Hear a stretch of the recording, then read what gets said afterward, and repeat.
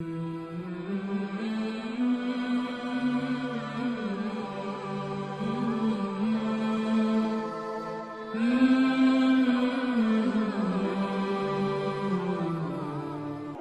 کافر اکٹھے ہو کے آ گئے تھے، حضور کے گھر کا گھیرا ڈال لیا تھا کہ آج چھوڑیں گے نہیں، لیکن حضور ان کے سروں میں خاک ڈالتے گزر گئے۔ حفاظت اللہ نے اپنے محبوب کی ہے۔ بلکہ حضرت علی المرتضیٰ کو بستر پہ لٹایا، علی میرے بستر پہ سو جاؤ، امانتیں دے کے تم بھی صبح آ جانا۔ حضرت علی بھی سو گئے، حضور کی حفاظت تو ہے ہی ہے، حضرت علی بھی سو گئے۔ جب صبح اٹھے تو انہوں نے دیکھا یہ تو علی المرتضیٰ ہے۔ اللہ اکبر، بڑے پریشان ہوئے کہ حضور کدھر گئے۔ اچھا، کسی نے حضرت علی سے پوچھا کہ تمہیں کیسے نیند آ گئی؟ ننگی تلواریں لیے وہ گھر کے ارد گرد تھے اور آپ چادر اوڑے سوئے تھے حضور کے مغالطے میں، وہ آپ کو بھی تو نقصان پہنچا سکتے تھے۔ تو حضرت علی نے کہا، حضور نے کہا تھا علی میرے بستر پہ سو جاؤ، صبح اٹھنا، امانتیں دینا اور مدینے آ جانا۔ مجھے یقین تھا سوؤں گا بھی، صبح اٹھوں گا بھی، امانتیں بھی دوں گا، مدینے بھی پہنچوں گا، اس لیے کہ حضور نے فرمایا ہے۔ جب حضور نے فرما دیا ہے تو پھر ہو کے رہے گا۔ جب حضور ہجرت کرتے ہوئے جا رہے تھے نا، 100 سرخ اونٹ حضور کی گرفتاری کے لیے نام رکھا ہوا تھا۔ سراقہ بن مالک یہ حضور کو گرفتار کرنے کے لیے آگے بڑھا اور اس کی لالچ یہ تھی کہ اتنا بڑا انعام ہے، مجھے مل جائے گا، لیکن اس کی سواری گھٹنوں تک دنس جاتی ہے، معذرت کرتا ہے، پھر ارادہ بدلتا ہے، پھر یہی ہوتا ہے۔ تیسری مرتبہ بھی جب ایسا ہوا تو سمجھ گیا کہ یہ تو میرے بس کا روگ نہیں ہے۔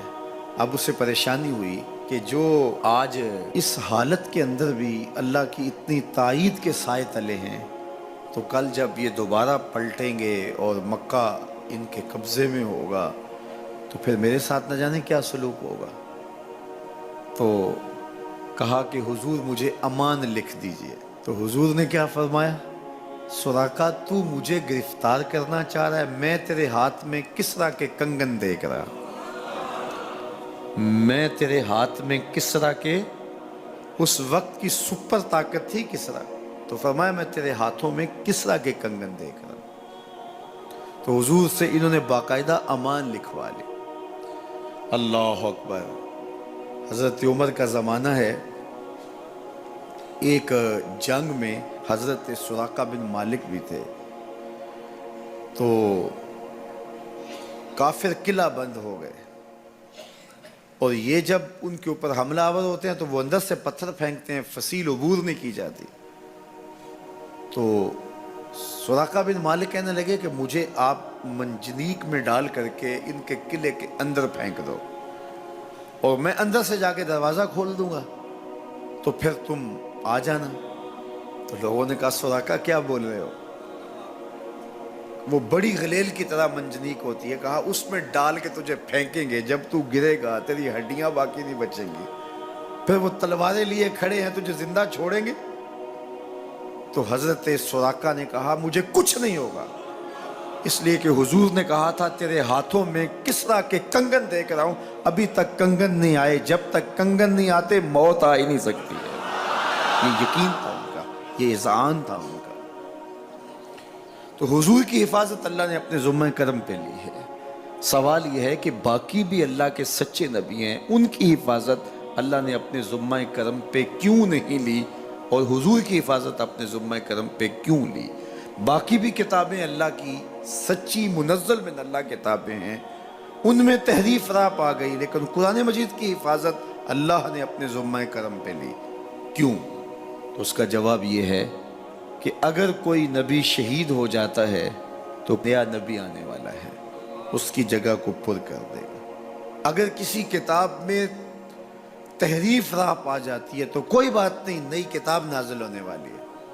حضور کی حفاظت اس لیے کی کہ اگر حضور بھی شہید کر دیے جاتے ہیں تو پھر حضور کے بعد تو کوئی نبی آنے والا نہیں ہے، اور کتاب اللہ کے اندر اگر تحریف کر دی جاتی ہے فَبِأَيِّ حَدِيثٍ بَعْدَهُ يُؤْمِنُونَ، تو قرآن کے بعد تو کوئی اور نسخہ نور نازل ہی نہیں ہونے والا۔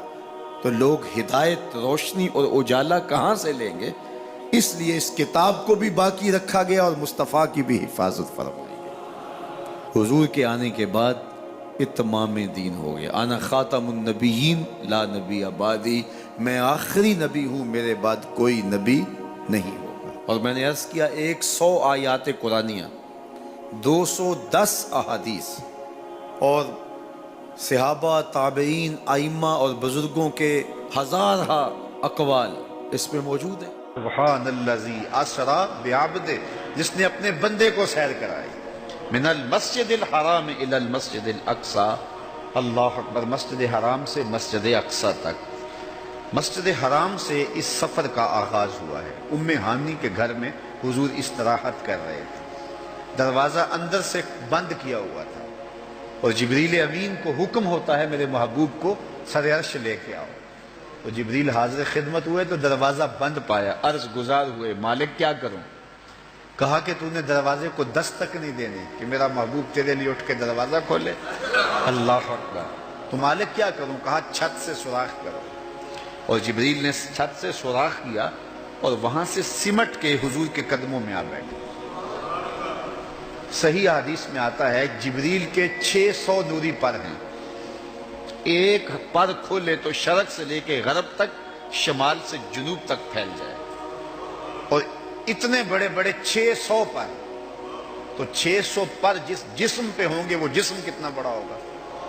معراج کی شب چھوٹے سے سوراخ سے آیا، دنیا کو بتایا کہ محبوبوں کے در پہ آئیں تو بڑے ہو کے نہیں، چھوٹے ہو کے آیا کرتے ہیں۔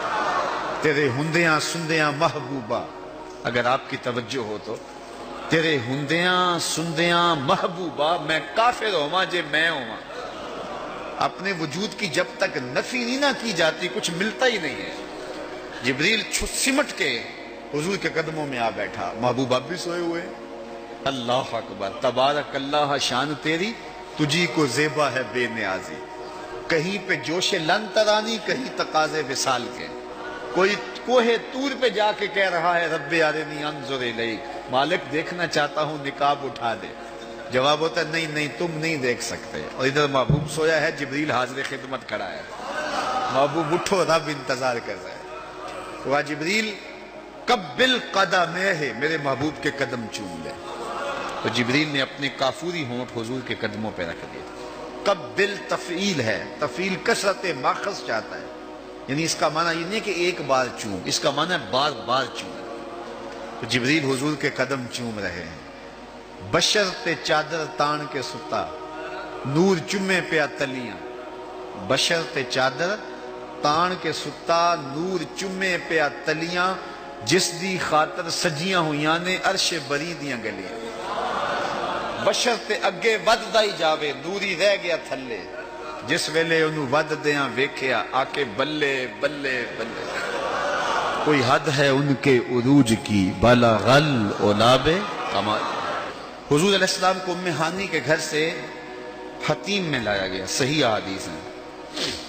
حتیم میں لا کر حضور کے صدر انور کو چاک کیا گیا، اور قلب اطہر حضور کے سینے سے نکال کر کے ایک تشتری میں رکھ کے آب زمزم سے غسل دیا گیا، اور حضور فرماتے ہیں یہ سارا منظر میں کھلی آنکھوں سے دیکھ رہا ہوں۔ حضرت امام بدر الدین عینی علیہ رحمہ عمدۃ القاری شرح صحیح بخاری کے اندر لکھتے ہیں کہ جو ہی حضور کے قلب اطہر کو دیکھا تو جبریل اشش کر اٹھے، انہوں نے لفظ کیا کہے، قلب وقیع فیہ عینان تبصران و اذنان تسمعان، واہ واہ کیسا دل ہے جس میں دو آنکھیں ہیں جو دیکھتی ہیں، دو کان ہیں جو سنتے ہیں۔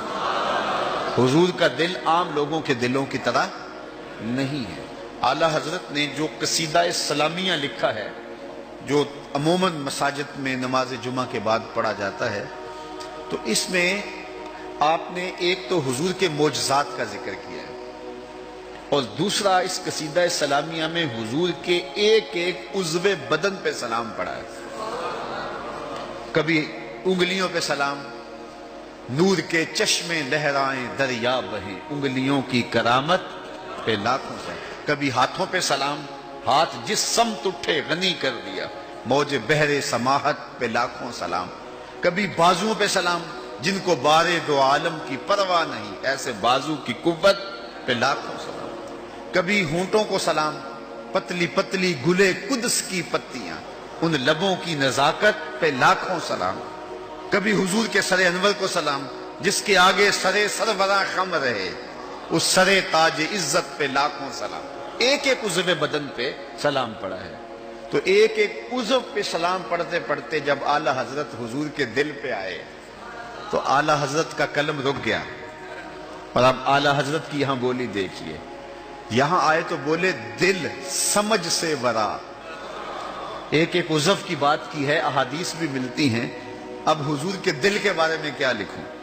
اعلی حضرت بولے دل سمجھ سے برا، مگر یوں کہوں غنچائے راز وحدت پہ لاکھوں سلام. یہ اللہ کے رازوں کا امین ہے حضور کا قلب اطہر. اللہ اکبر. کائنات کی سب سے بڑی حقیقت حضور کا قلب اطہر، وہ دل جس میں خدا کے جلوے سموئے ہوئے. اللہ اکبر. حضور فرمایا تنام عینایا یا ولا ینام قلبی. لوگوں سنو، میری آنکھیں سوتی ہیں، میرا دل نہیں سوتا.